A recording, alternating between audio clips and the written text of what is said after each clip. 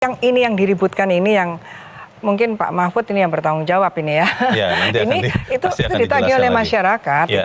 itu yang difokuskan ke sana. Sekarang prioritas tuh jawab ini.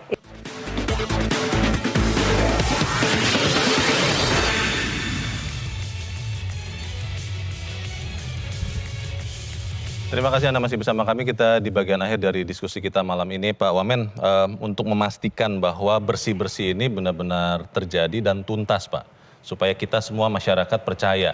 Apalagi bulan ini kan kita sedang mau lapor pajak. Ya. Jangan sampai ada tagar-tagar aneh-aneh lagi muncul. Apa yang bisa dipastikan ke masyarakat, Pak?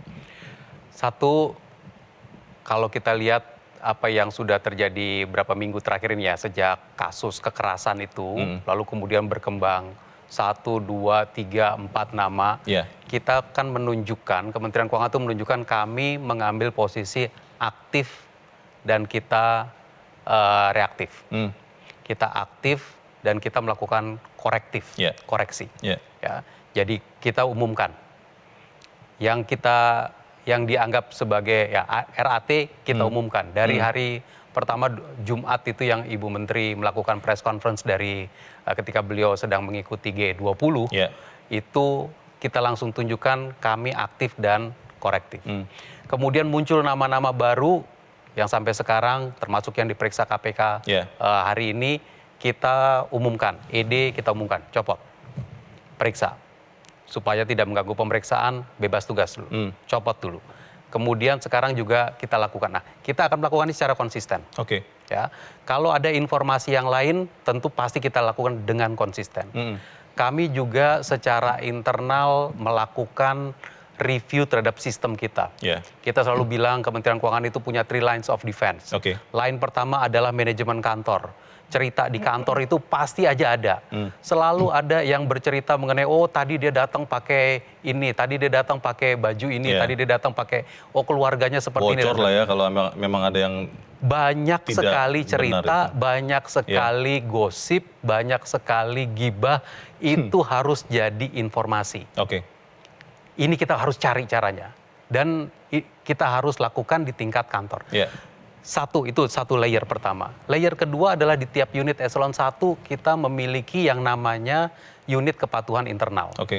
Unit kepatuhan internal ini harus ngeliatin semua kantor di dalam unit eselon 1-nya. Jadi pajak itu punya kepatuhan internal, BC itu punya kepatuhan internal. Setiap unit eselon 1 itu memiliki. Kalau itu harus dilakukan oleh si unit eselon 1. Kemudian di line ketiga kita punya Inspektorat Jenderal. Dan Inspektorat Jenderal yang sekarang turun langsung investigasi, pemeriksaan dan seterusnya. Supaya ini bisa betul-betul dilakukan di tingkat kementerian. Kita buka laporan whistleblowing system.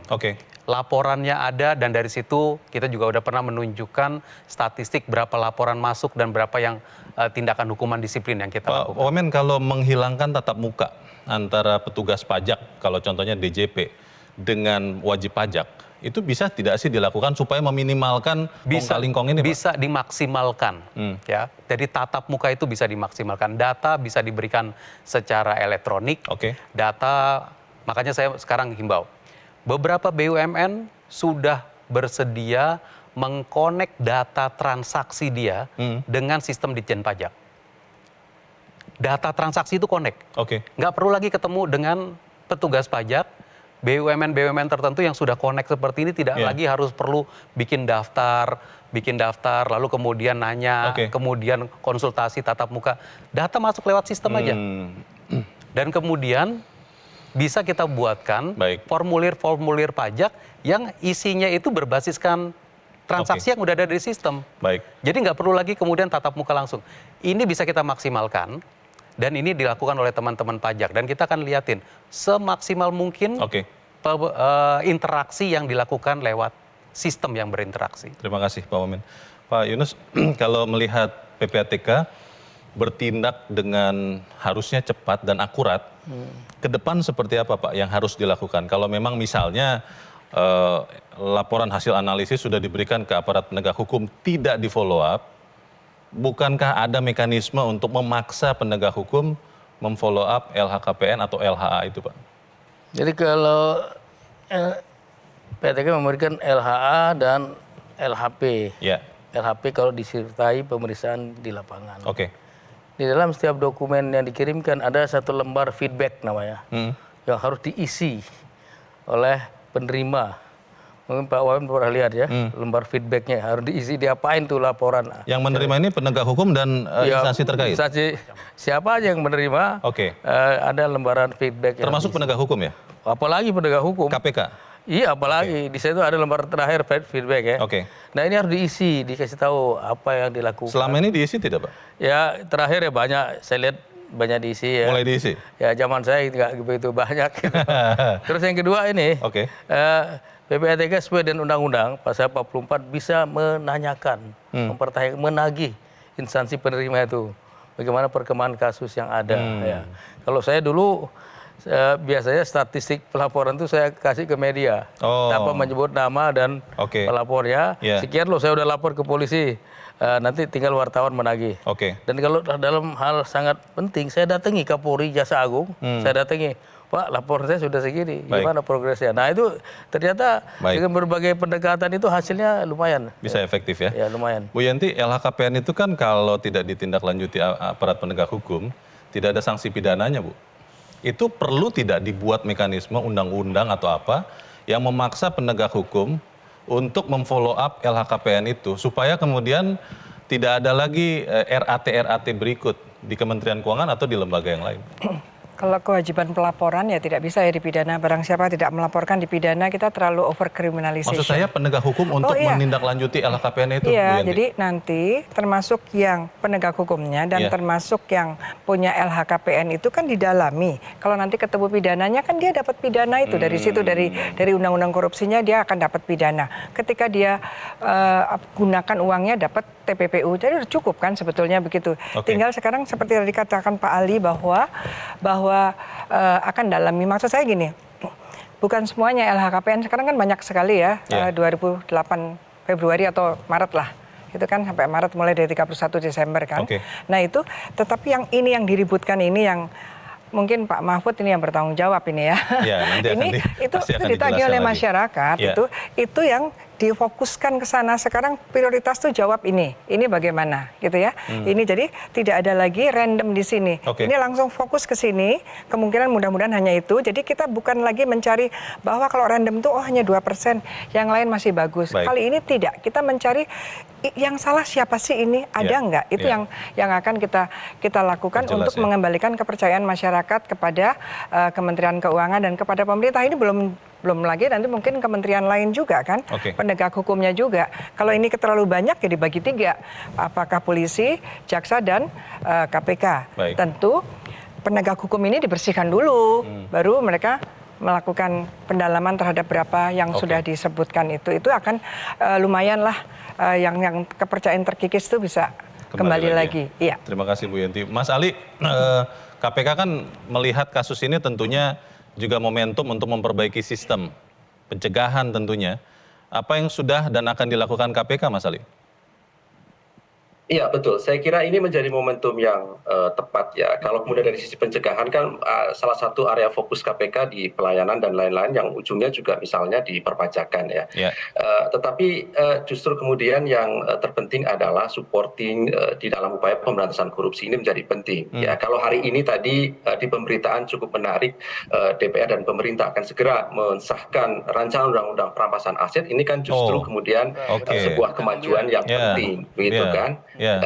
Karena memang di sana juga berbicara mengenai upaya-upaya pencegahan TPPU. Yang kedua, Mas Bang Leo, ini yang terpenting adalah karena laporan hasil analisis ini kan informasi intelijen ya. Jadi saya kira ini juga harus dikurangi ya, kalau kemudian harus dipublikasikan lebih dini gitu ya. Karena tentu penegak hukum ini kan bekerjanya senyap begitu ya. Zaman Pak Yunus saya kira jarang sekali ya. Kemudian Pak Yunus menyampaikan angka-angka selektif tapi bukan artinya menutup-nutupi dugaan kejahatan kan, Mas Ali kan?